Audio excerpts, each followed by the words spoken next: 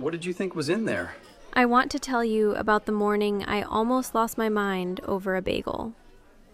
Not lost my mind in a dramatic way. Not a crisis, not a breakdown. Just that very specific kind of exhaustion that only a parent knows. Where something so small, so completely insignificant, somehow becomes the entire center of the universe for 15 solid minutes.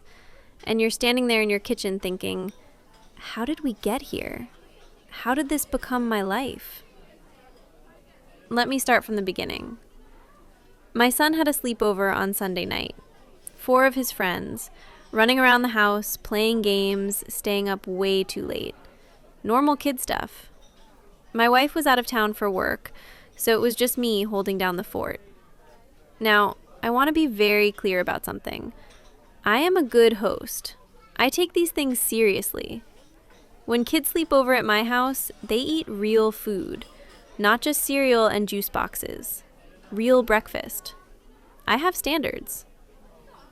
So Sunday night, after I finally got them all to settle down, I did something I was genuinely proud of. I pulled out my phone, found a breakfast catering place, and placed an order for the next morning. A full catering box. 13 bagels, 12 plus a free extra they threw in. 3 types of cream cheese, butter, sliced onions, cucumbers, tomatoes. For 6 people. More than enough. I went to bed feeling like an excellent father and a fantastic host. I should have enjoyed that feeling while it lasted. Monday morning, I drive over, pick up the box, bring it home. It smells incredible. I'm feeling good. Sun is out, kids are going to eat well. Wife comes home to a smooth, well-managed household. Everything is fine. I selected 6 plain, 3 onion, 3 everything. The bonus bagel they added? Sesame seed. Great. Variety. Love it. I set everything out on the kitchen table, call everyone downstairs, and my daughter, who has the instincts of someone who has lived with a brother and his friends before, gets there first. Smart girl. I tell her to grab a bagel. She picks the sesame one. Starts putting butter on it. Perfectly normal behavior. The boys come thundering down the stairs about 30 seconds later. They pile into the kitchen, still half asleep, hair everywhere. They see the spread on the table. Most of them immediately start grabbing bagels, cream cheese, loading up their plates. Normal. Fine. And then there's the kid. The kid looks at the box. He looks at my daughter. He looks at the box again. And with the energy of someone who has just discovered a deep injustice, he asks, "How come there aren't any more sesame bagels?" I said there was only one. It was the free extra the place threw in. How come she got it? I said because she came downstairs first. That's not fair. He's a guest. I said there are plenty of bagels. Everyone has options. Just pick one. I don't want those bagels. How come you only ordered 1 sesame bagel? I explained again. I didn't order it. It came free. It was a bonus bagel. Why didn't you order any sesame ones then? I said, very patiently, that I didn't realize sesame bagels were going to be a point of contention at 9 in the morning on a Monday. They're my favorite. I want you to understand something important. My daughter is already eating the bagel. It is half gone. There is no sesame bagel to negotiate over anymore. This is a completely theoretical argument about a bagel that no longer exists in any practical sense. I told him to just pick another bagel. I don't want plain.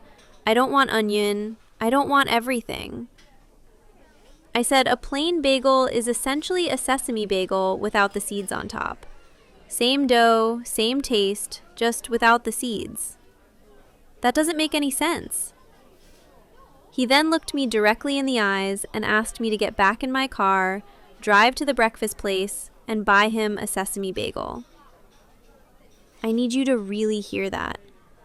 A child who is a guest in my home, who I fed the night before, who slept in my son's room, who I drove to get breakfast for at 8 in the morning, asked me to get back in my car and go get him a specific bagel.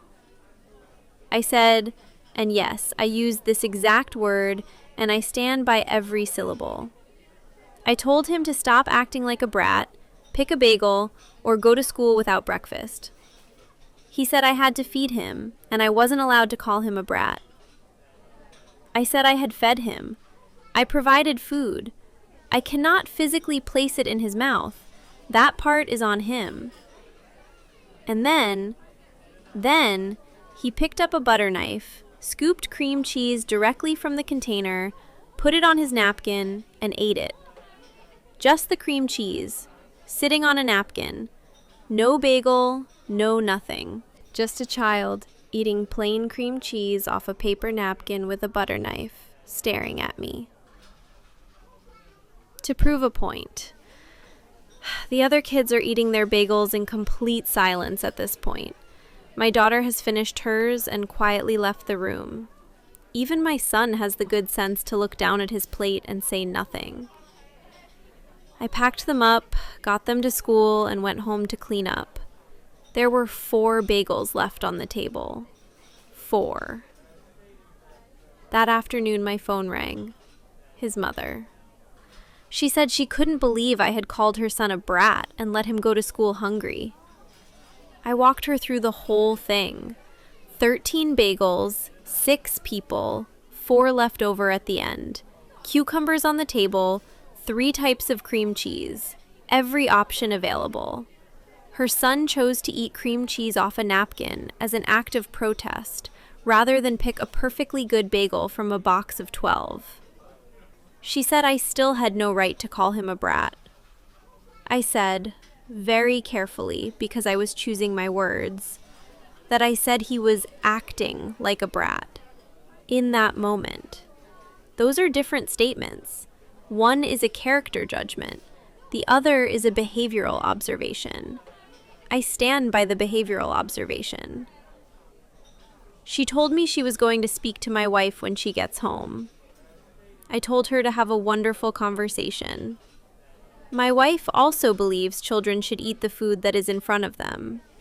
I think that call is going to go very differently than she expects. I've been thinking about this kid since Monday. Not with anger, with genuine curiosity. Because somewhere, at some point, someone taught him that the world operates around his preferences. That if something isn't exactly to his liking, the correct response is to escalate, protest, and wait for an adult to fix it. And I think about what that looks like in 10 years, in 20. The sesame bagel is never coming. In life, the sesame bagel is almost never coming. And the sooner you learn to pick a plain one and get on with your day, the better off you're going to be. That's the whole lesson, from a Monday morning in my kitchen. So, the question stands. 13 bagels, 6 people, 4 left over, 1 kid, cream cheese, napkin. Am I the asshole? I have bagels if anyone wants them. I lost my father when I was 16. I won't spend too long here because this isn't really a story about grief, but you need to understand that number to understand everything else. 16. Not a child, but nowhere near a man. Old enough to feel the full weight of it. Young enough to still need someone to hold things together. My mother held things together. I don't say that the way people say it casually as a compliment. I mean it as a statement of fact. She held our entire world together with her bare hands. She worked, she planned, she showed up every single day without visible cracks, and she made sure that losing my father did not also mean losing our life. I watched her do that. I was there for all of it. I am an only child. It was just the 2 of us for a long time. There is a bond that forms in that kind of shared survival that is almost impossible to explain to someone who hasn't lived it. It isn't just love. It is something deeper and more complicated than love. Something that comes from having been each other's entire support system during the worst years. I love my mother more than I know how to say. I met my wife in the first year of college. We were 18. We have, in almost every meaningful sense, grown up together. She's been present for every significant thing that has happened to me since then. Every success, every failure, every version of myself I have cycled through in the years between 18 and 32. She knows me in a way that takes decades to earn. She is my world. I mean that without exaggeration. Right now, the three of us share an apartment. My mother is getting older and needs care, and I consider myself genuinely fortunate to have the two most important people in my life under one roof. That is how I thought about it. That is the story I told myself. Both my wife and I have built good careers. We are ambitious, we are doing well, and we have made a conscious decision not to have children. Or rather, my wife has made that decision, and I have stood beside it. I want to be clear about this because it matters. I like children. I could imagine a version of my life that included them, but my wife does not feel ready for motherhood, and she is not certain she ever will. We have had long, honest conversations about this. I have never pressured her. I have never framed it as something she owes me. It is her body and her life, and the decision belongs to her. I respect that completely. The issue is my mother. For the past year, it has been there, a constant low frequency running underneath the surface of our household. Subtle at first, the kind of comments that are easy to brush off individually, but accumulate into something heavier over time. You'll understand when you have your own. Don't wait too long.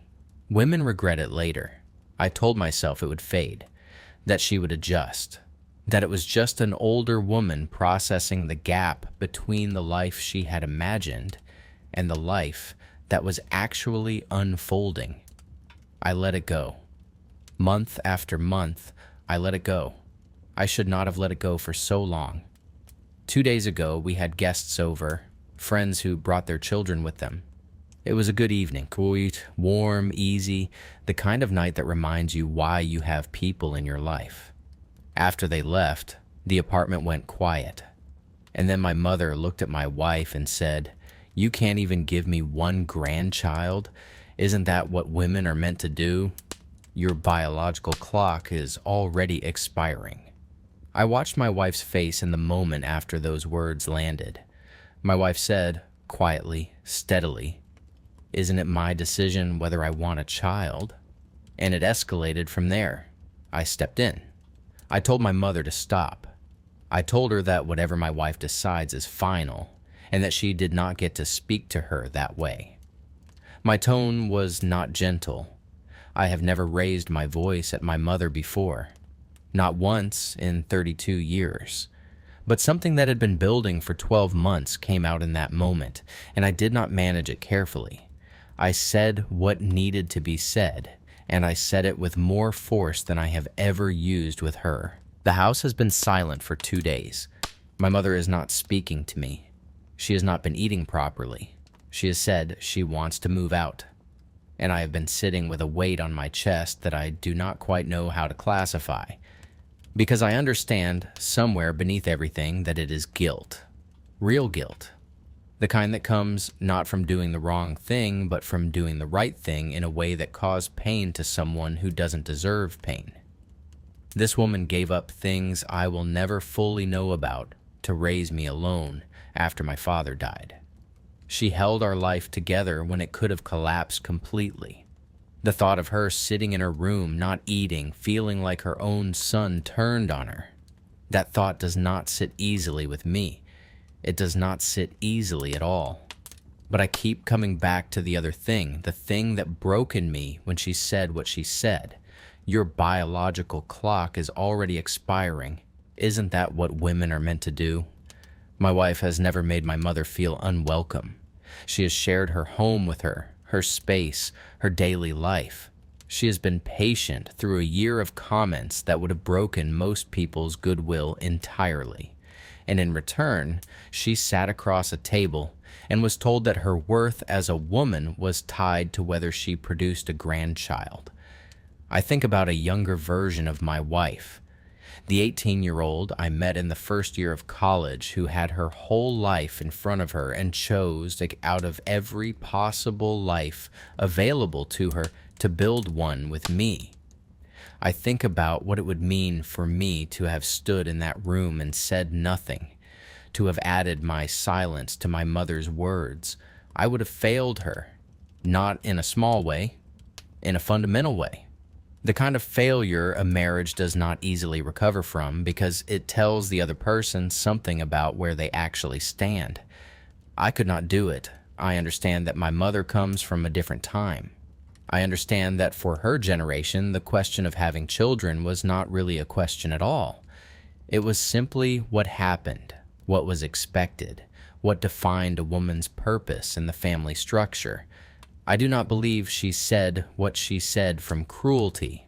I believe she said it from a place of genuine incomprehension, a worldview so deep and so old that she may not even recognize it as a worldview.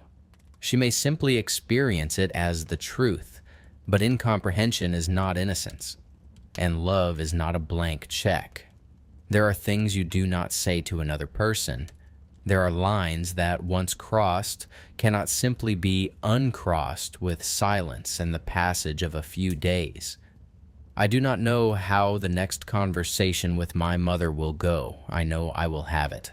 I know I will sit down with her when the temperature has dropped enough, and I will try to explain, not what she should think about my wife's choices, but what it means to me that she speaks about my wife that way.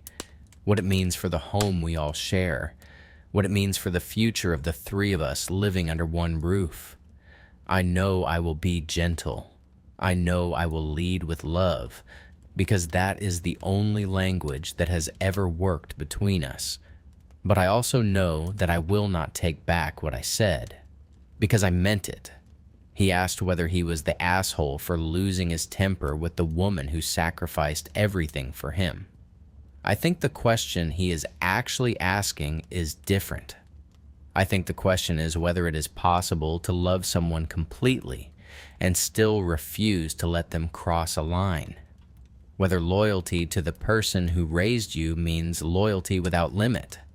Whether being a good son and being a good husband can exist in the same body at the same time. I think they can. I think they have to.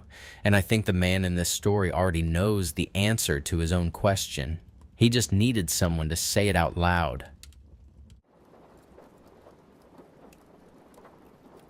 There are families that keep secrets to protect themselves, and there are families that keep secrets to protect everyone, except the person who actually needed protecting. This is a story about the second kind. I am 30 years old. I have 11 brothers. I am the only girl. I'll let that settle for a moment. I grew up in a large, loud, chaotic household where I was the only daughter and where, for a significant portion of my childhood, something was very wrong. My mother's husband, her second husband, not my father, made my middle school years something I have spent a long time trying to move past. I won't go into specifics. I don't need to.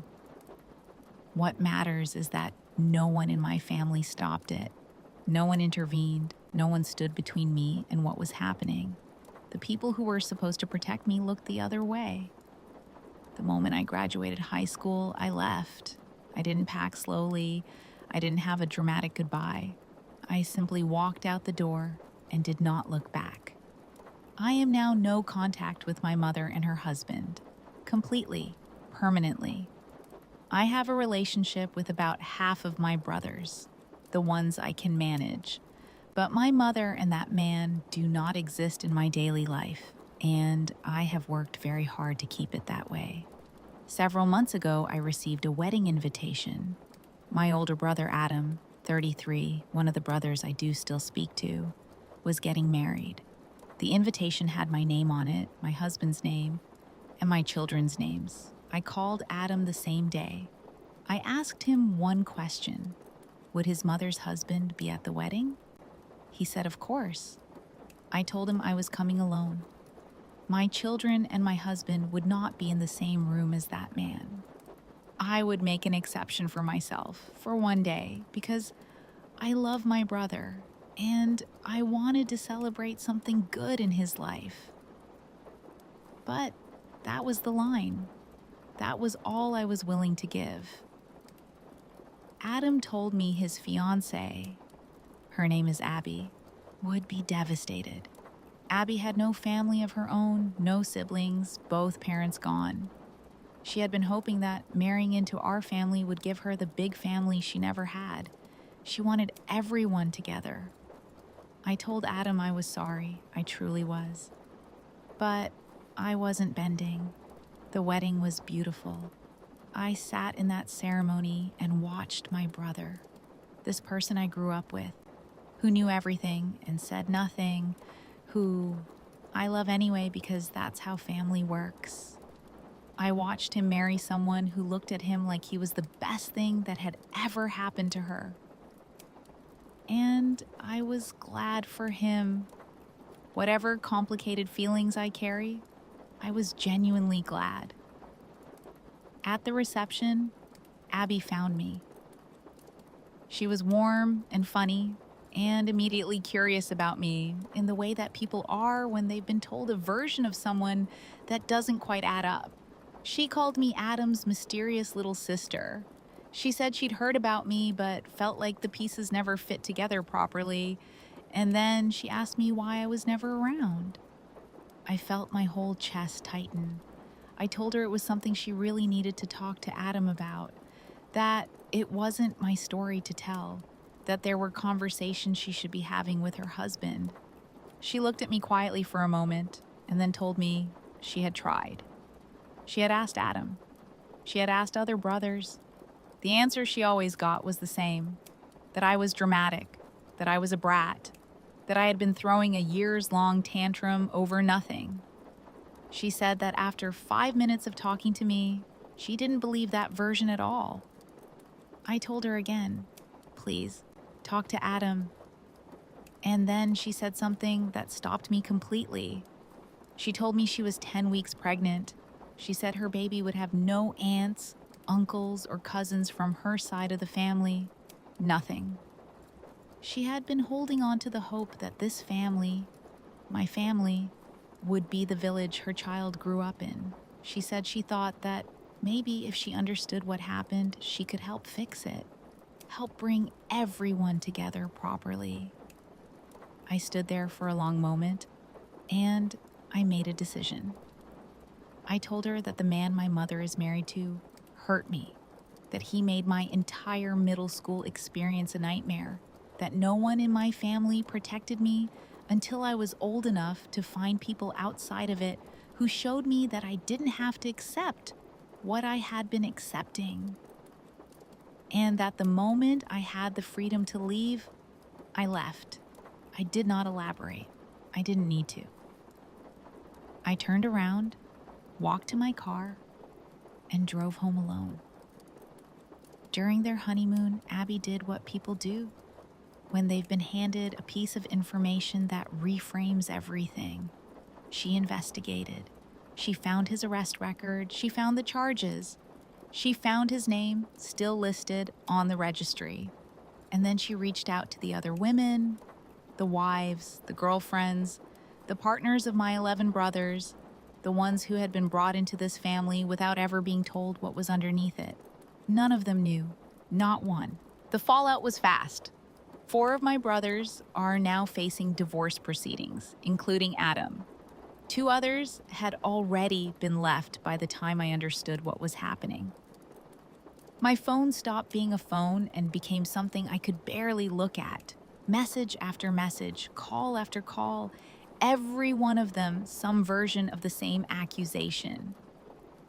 This is your fault. You should have kept your mouth shut. It wasn't your place. My husband sat with me through all of it. He is the person, along with his family, who first showed me that what I grew up with wasn't normal.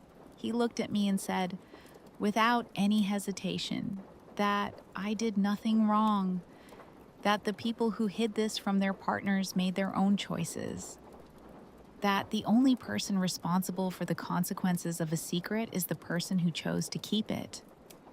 I think about Abby a lot. A woman with no family, building a future, carrying a child, pouring everything she had into the idea of belonging somewhere. And the family she married into had decided collectively that she didn't need to know the truth about who would be in the room with her baby. She deserved to know. Every one of those women deserved to know. And I think about the version of me that was 12 years old, waiting for someone to say something, waiting for someone to decide that I deserved to be protected. Nobody did. So when a woman stood in front of me, pregnant, asking me to tell her the truth, I decided I wasn't going to be one more person in that girl's life who looked away. I know what some of you are thinking, that I should have pushed harder for her to speak to Adam, that I could have warned her without giving her specifics, that the timing, a wedding reception, a honeymoon, was wrong, maybe. But I also know that the secret had already survived years. It had survived every other opportunity someone could have had to end it honestly. It would have survived that conversation too, if I had walked away. The marriages that fell apart didn't fall apart because of what I said. They fell apart because of what my brothers chose not to say. There is a difference. So I'll ask the question the way it was asked to me. Was I the asshole for telling my sister-in-law the truth she had been asking for, that every other person in that family had decided she didn't deserve? I don't think I was, but I've been wrong before.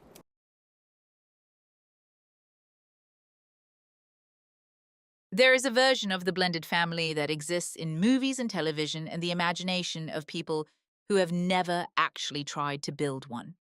In that version, the children adjust. The spaces are shared generously. The love that brought two families together radiates outward and fills the difficult corners.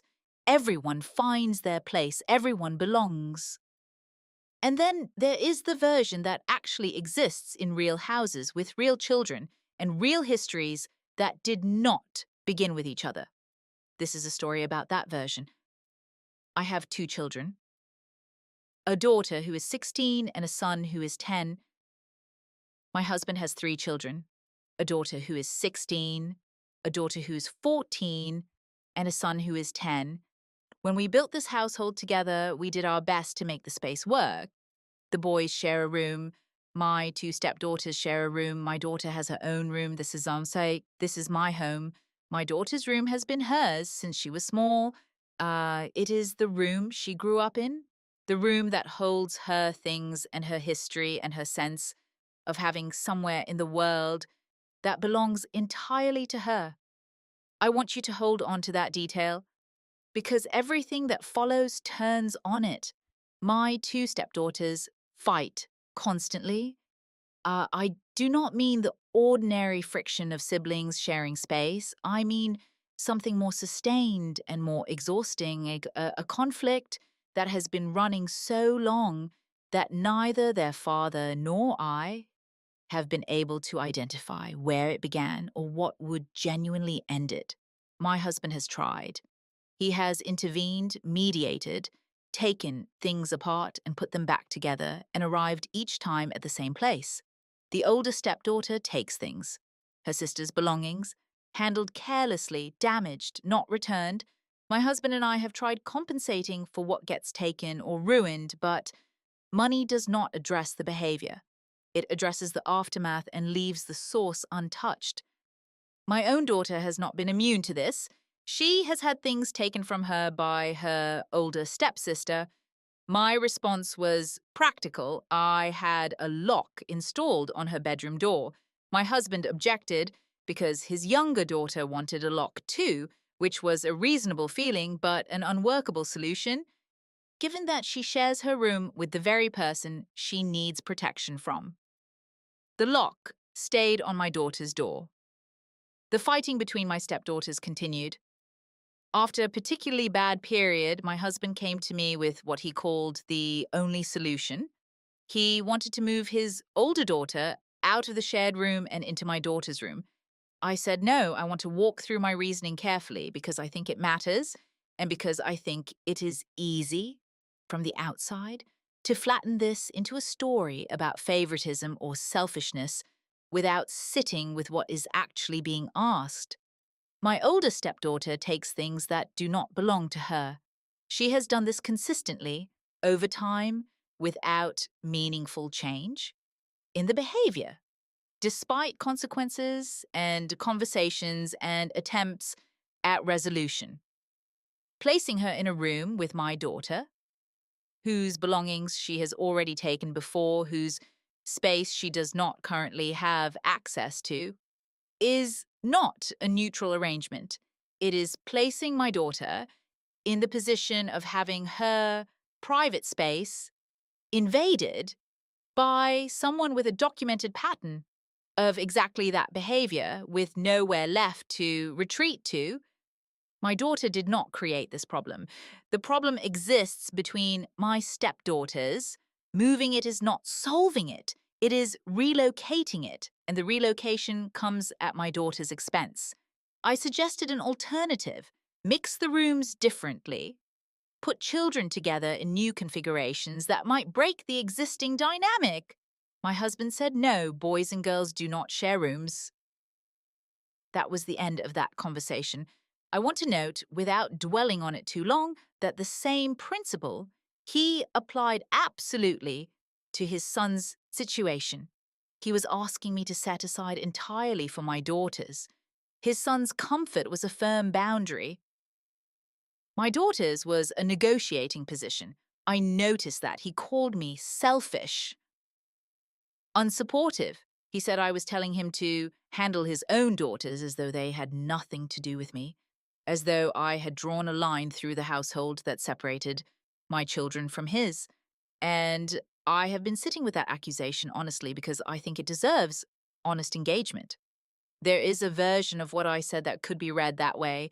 Handle your own daughters in isolation as a sentence that does sound like a withdrawal, like someone stepping back from the shared project of building a family.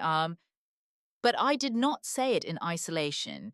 I said it in the context of a proposed solution that would require my daughter to absorb the consequences of a conflict she did not start and cannot solve. The message underneath handle your own daughters was not, I do not care about your children. It was, do not fix your children's problem by creating a new one for mine. Those are different things. He left 2 days ago. He told me he would not come back until I agreed to the room arrangement. He asked me if this was a hill I was willing to die on. I told him yes. I have been alone in the house with my stepdaughters since, listening to the conflict that his absence has done nothing to reduce, waiting to see whether I will cave under the pressure of it. I will not cave, not because I'm stubborn, not because I do not understand what my husband is carrying or how exhausted he is by a problem that has no clean solution. I understand all of that. I have watched him try to fix this for a long time, and I have some sense of what it costs him to watch his daughters tear at each other day after day. But the answer to that problem cannot be my daughter's room. I want to say something about the room itself because I think it has been treated in this conversation as a practical matter when it is also something else. My daughter is 16 years old. She has a mother who is present, a home that is stable, and a room that has been hers for as long as she can remember. In the reconfigured household that came with my marriage, that room is one of the things that remained constant. A space that was hers before the blending and remained hers after it. A place where she could close the door and be entirely herself, without negotiation. What is being asked is not simply that she share square footage. What is being asked is that she surrender the last piece of the world that is entirely and unconditionally hers to make space for a problem that is not hers to solve. She is 16. She did not choose this household. She did not choose these step siblings. She showed up, adjusted, lost some privacy, had her things taken, and continued showing up. She deserves better than to have the one protected space she has left taken from her because the adults around her ran out of other ideas. The situation my husband left me in, alone with his daughters while he waits for me to agree, tells me something I am still processing. He believes that the discomfort of being away will eventually outweigh my resolve, that I will look at his daughters fighting and my daughter's door with its lock in the empty side of my bed and decide that the path of least resistance is simply to say yes. He may be right that it is the path of least resistance. He is wrong that it is the right path. The question being asked is whether she is the asshole for refusing to let her stepdaughter move into her daughter's room. I think the question underneath that one is different. It is whether a blended family requires equal sacrifice from all its members, regardless of history, regardless of behavior, regardless of who created which problem. And I think the answer is no. Equal love does not mean identical outcomes. Fairness does not mean every child absorbs the same consequences for other people's choices. And solving a conflict by creating a new one for the person least responsible for the original conflict is not a solution. It is a transfer. My daughter's room is her room, and that is a hill I'm willing to stand on.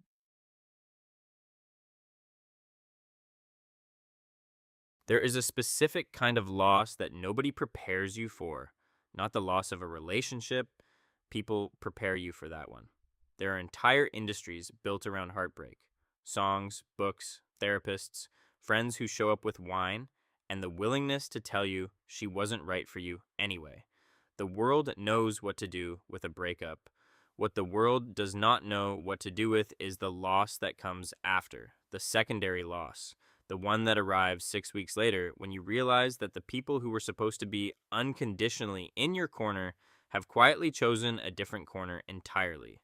This is a story about that loss, and about a young man who decided that if he was going to lose everything, he was at least going to say something true on his way out the door. I am 23 years old. I dated Hannah for 7 years.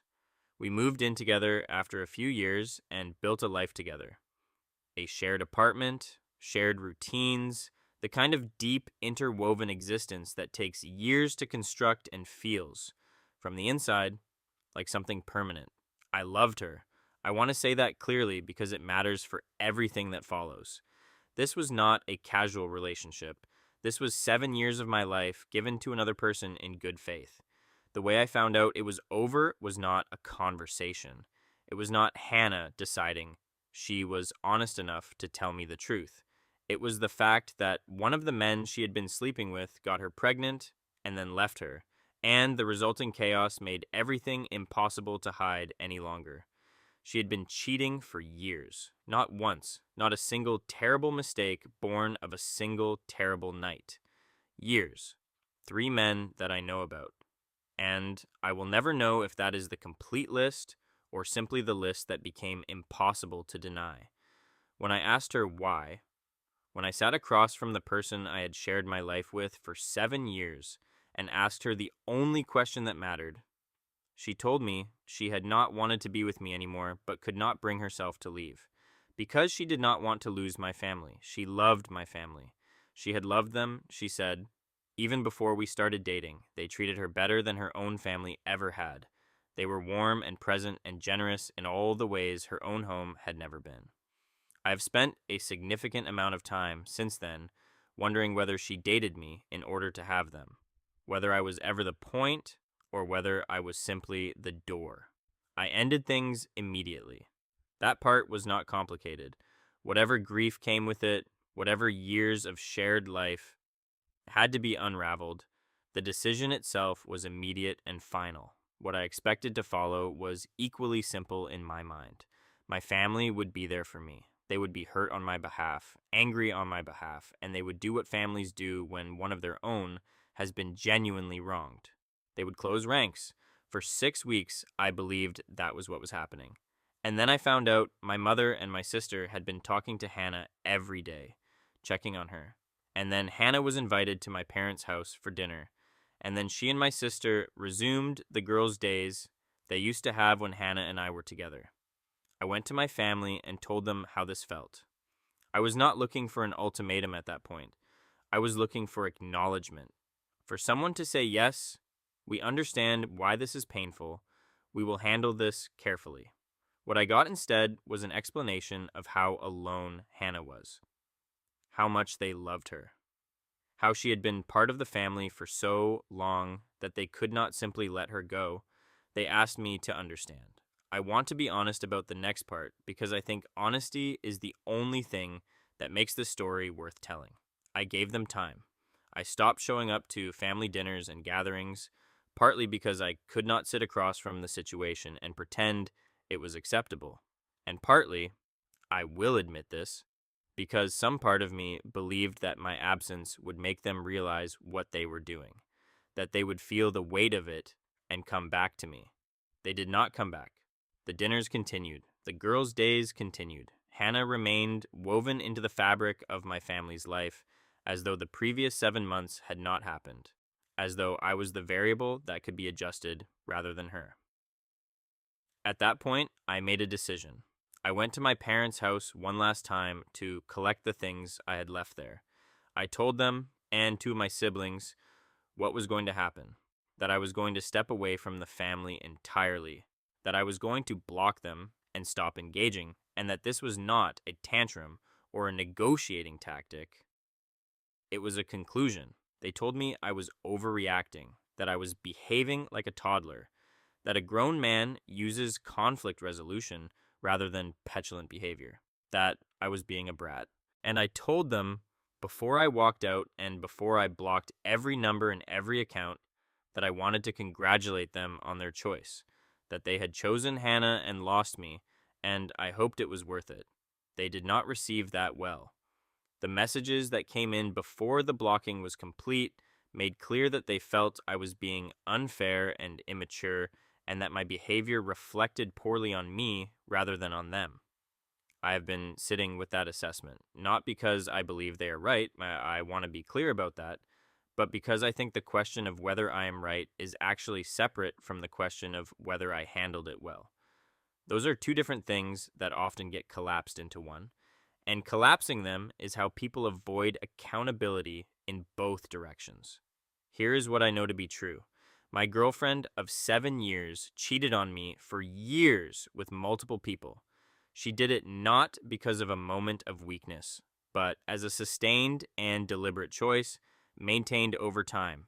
And the reason she maintained it was that she did not want to lose access to my family. My family then confirmed, through their subsequent behavior, that this calculation made complete sense, that she was correct to believe they would choose her. I do not think I am wrong to have found that intolerable. Here is what else I know to be true. I am 23 years old, and I have just lost not one relationship, but an entire world. 7 years with one person. A family I grew up inside. A sense of belonging that I did not know was conditional until the condition was tested. The congratulations comment, the line about them choosing Hannah over me, came from a real place. It was true. It was also designed to wound, deployed at the moment of maximum impact, aimed at the part of them that might still feel something about losing me. I knew what I was doing when I said it. I do not think that makes me wrong, but I think it makes me human in a way that the cleaner version of this story would not allow for. I was not noble on my way out the door. I was hurt, and I made sure they felt it. The question he is asking is whether the congratulations were childish and petulant or justified and true. I think they were both. I think he is 23 years old and he just lost everything in a very short period of time. and he said the thing that was true in the way that hurt people say true things out loud at the worst possible moment with full intention. The people calling him a brat and telling him to use conflict resolution are the same people who spent months demonstrating through their actions that his pain was less important than their attachment to the woman who caused it. Their advice on maturity arrives a little late and from a compromised position.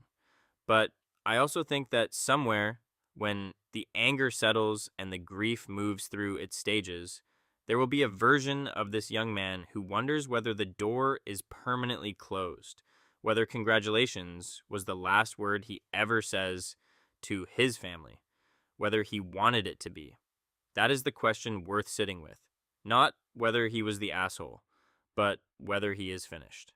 And whether finished is what he actually wants.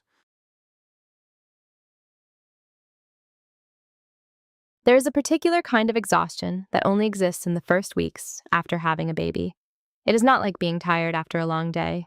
It is not like the fatigue that comes from a hard week or a difficult project or a period of stress that eventually resolves. It is something that lives in your bones, something that rewires you at a cellular level. You do not sleep, you do not eat properly. Your body is simultaneously recovering from one of the most physically demanding things a human being can go through, while also being entirely responsible for keeping another human being alive. And you do all of this while smiling at visitors. This is a story about a woman 7 weeks postpartum who reached her limit. And what happened when she finally said so out loud? I had my first child 7 weeks ago. My mother came 2 days before my scheduled induction and stayed for 6 weeks. She was originally only going to stay for 2 weeks. But my recovery was difficult, more difficult than anyone had anticipated. And she stayed because I needed her to. She cooked for us nearly every day. 2 nights a week, she would take over completely, handling everything except the nursing itself, bringing the baby to me when he needed to feed, and then taking him back so I could sleep. Those 2 nights a week were the difference between functioning and not functioning. She left last week. My in-laws arrived 3 days ago. I want to be fair here because I think fairness matters when you're trying to understand a situation honestly, rather than just building a case. My in-laws had been waiting since the birth to meet their grandchild. They had been patient. They had held off their visit because there was no space in our small house while my mother was staying. No guest room, only a pull-out in the living room. And so they waited. Weeks. I understand that was hard. I understand that waiting to meet your first grandchild is its own particular kind of longing. I understand all of that. What I cannot work around is what happened when they arrived. The baby has been cluster feeding for the past few days. For anyone who hasn't experienced this, cluster feeding is when a newborn feeds almost continuously for stretches of time, cycling through hunger every 20 or 30 minutes, rather than the longer gaps you eventually get used to. It is physically relentless, and it is unpredictable. You cannot schedule it or manage it around social visits. The baby feeds when the baby needs to feed. I am not comfortable breastfeeding in front of my in-laws. That is my choice. It is a reasonable choice. I am not required to explain or justify it. So each time the baby needed to feed, I would take him upstairs to our bedroom or the nursery and nurse him there. My mother-in-law did not receive this well. Each time I came back downstairs with the baby, she would have a few minutes with him before he needed to feed again, and each time I said he needed to eat, she would roll her eyes. She would say things like, "He can't be hungry, he just ate." She would look at me the way people look at someone they have already decided is being difficult on purpose. I kept going upstairs. The baby kept needing to eat. This is not a situation with a solution. This is simply what newborns do. Breastfeeding makes you hungry and thirsty in a way that is difficult to describe if you haven't experienced it. Your body is producing milk constantly. It burns through water and calories at a rate that requires you to replenish them regularly, or you will feel genuinely unwell. So I was asking my husband to bring me snacks and water when I was upstairs feeding. This is when my mother-in-law began sighing loudly about sitting alone with her father-in-law while her son ran errands for me. Last night she told me I was ruining her experience as a first-time grandmother, that I was hogging both the baby and her son, that she had waited weeks and weeks for this, and this was what she got. I sat with that for a moment, and then I went to find my husband. I told him how I was feeling. I told him that his mother's visit had not felt the way my mother's had, that there had been no offers of help, no cooking, no taking the night shift, nothing that made the wait any lighter. Just demands for access to the baby in the gaps between feeding sessions and frustration that those gaps were not longer. He told me his mother was not there to help me the way my mother was, that she was there to meet her grandson, that he had been looking forward to this introduction since the birth. And it was disappointing that it was going this way. I want to sit with that for a moment too. My husband had been looking forward to his parents meeting the baby. I had been 7 weeks postpartum, recovering from a difficult birth, surviving on interrupted sleep and the goodwill of my mother, and now facing my first week without her support while simultaneously managing a mother-in-law who was angry at me for feeding my child. And my husband's primary feeling was disappointment. I exploded. I told them they could all leave and get a hotel room, and my mother could come back because at least she helped me and did not make me feel ashamed for trying to feed my son. My husband told me he couldn't believe I would say that. And then they all left. They drove to the Holiday Inn and checked in, and I spent the night alone with the baby for the first time since he was born. I got no sleep. I called my mother crying somewhere in the middle of the night, and she is on her way back now. My husband has not called, he has not texted, not once. Not to ask how I am, not to ask how the baby is, not once. I have been sitting with the question of whether I made a mistake, and I think the honest answer is that I said the right thing in the wrong way, at the end of a very long rope, in a moment where I had nothing left to manage my delivery carefully. But I also think about what it means that my husband chose to leave. Not that he was asked to leave, that he was asked to take his parents to a hotel and come back to his wife and his 7-week-old baby, who had never spent a full night without at least one parent present. That was an option available to him at every moment of that night. He chose the Holiday Inn, and then he chose silence. There is a conversation that needs to happen when this settles. Not about the in-laws, not about the hotel, not about who said what at the end of a ruined evening.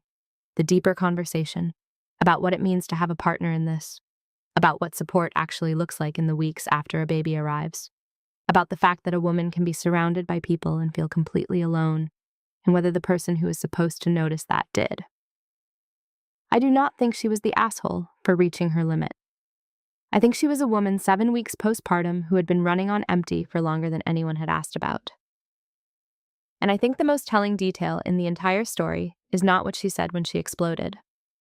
It is that her husband still has not called. Let me tell you about the moment a relationship started coming apart over a gym membership that nobody actually wanted. This is a story about expectations, about the gap between what we ask of other people and what we are willing to ask of ourselves, about a personal trainer who looks like a 1990s action movie star and the quiet damage he caused simply by existing near someone's girlfriend. And it is, at least partially, a story about a man who was absolutely right and handled it in absolutely the wrong way. I'll let you decide which part matters more. I am 32 years old. In university, I was a Division I swimmer. I came close to making the Olympics. I want to be clear that I am not saying this to impress you. I am saying it because it is the foundation everything else is built on. And without it, none of what follows makes any sense. At that level of competition, I was in a physical condition that most people will never come close to. I was training 5 hours a day. I was consuming thousands of calories to fuel a body that was essentially a high-performance machine built for one purpose. I was fast. I was disciplined. I was completely consumed by it. And then I graduated, and I became a person. I have a career I enjoy. I traveled 2 international trips a year, destinations I have been building toward my whole life. I am debt-free. I snowboard. I surf. I still swim for exercise because it is the language my body speaks most fluently. I am not in Olympic condition. I am in the condition of a 32-year-old man who had a remarkable athletic career, maintained an active lifestyle, and also has a mortgage and a job and a life that extends beyond the pool. I think that is a reasonable place to be.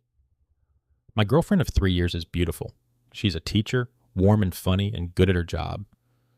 Her hobbies are quiet ones. She walks her dog twice a day. That is the extent of her physical activity, which is entirely her choice and not something I have ever commented on or taken issue with. A few months ago, one of her friends started dating a personal trainer. This man has a six-pack. He looks, and I am quoting my girlfriend's social circle here, like Jean-Claude Van Damme. His physique, I will admit with complete honesty, is better than mine was at my peak. And my peak involved nearly making the Olympic team. The difference is that I was not training for aesthetics. I was training for speed. Those are two entirely different projects with two entirely different results. But nuance does not travel well through a group chat. My girlfriend began suggesting that I should get back in shape. Not once, repeatedly. The framing was always some version of wanting to show me off. That I had this incredible athletic history, and if I just put in the work, I could look the way I used to look. And wouldn't that be something? I explained patiently, and then less patiently, that the way I used to look was the byproduct of a training schedule that consumed my entire existence, that I do not have 5 hours a day to spend in a pool, that I am not 20 years old, that I travel and snowboard and surf and live a full physical life that simply does not produce a six-pack, and that I had made peace with that. She seemed to understand, for a while. And then she started again. The third or fourth time this came up, I stopped being patient. I told her that if she wanted me to meet a specific physical standard, then she needed to ask nicely, and that if we were going to start applying standards, she should consider getting to 20% body fat, the range I specified of runway models. I also noted that while she was beautiful, she had no particular stamina or strength. She told me I was an asshole for reducing her to her looks. I found this, I will admit, somewhat ironic. Here's where I need to be honest with myself, which is harder than being honest with you. She was not entirely wrong. What she was asking of me was annoying and repetitive and driven by a comparison that was not fair to either of us. The personal trainer did not represent a realistic or relevant standard for a 32-year-old professional with a life full of other priorities. The fact that her friend was dating someone who looked a certain way was not a reason for me to restructure my entire existence. I had a point worth making, but the way I made it was a scalpel aimed at something specific. 20% body fat, runway models, stamina and strength. I knew exactly what I was doing. I was not making an argument. I was making her feel the thing I had been feeling, as the subtle low-grade humiliation of being looked at by the person who was supposed to love you and found slightly wanting. I was giving it back to her in a concentrated form. And the concentrated form landed harder than I intended, or perhaps exactly as hard as I intended. I am still working out which one is true. I also said something in the middle of all of this that I have been thinking about since. I described my own appearance, unprompted, as looking like Walter White's old business partner. I said it as a joke, a self-aware aside, but I think it was also something else. A preemptive move, a way of acknowledging the thing before she could use it against me. Because somewhere underneath the frustration and the irony and the point I was trying to make, there was something simpler. I am not particularly good looking. I know that. My athletic history gave me a body that was built for performance rather than aesthetics. That body is now 32 and has a demanding career and 2 international trips a year in a life it is genuinely proud of. And the person I chose to spend that life with has spent the last few months suggesting it is not enough. That is the thing underneath the thing, not the personal trainer, not the six-pack, not the 20% body fat comment that started the argument, just a man who wanted to be enough for the person who chose him. Is he the asshole? He said something targeted and unkind to someone he loves. He took a genuine grievance and weaponized it instead of sitting with it honestly. He knows this. But she had been chipping at something quietly for months without recognizing what she was chipping at.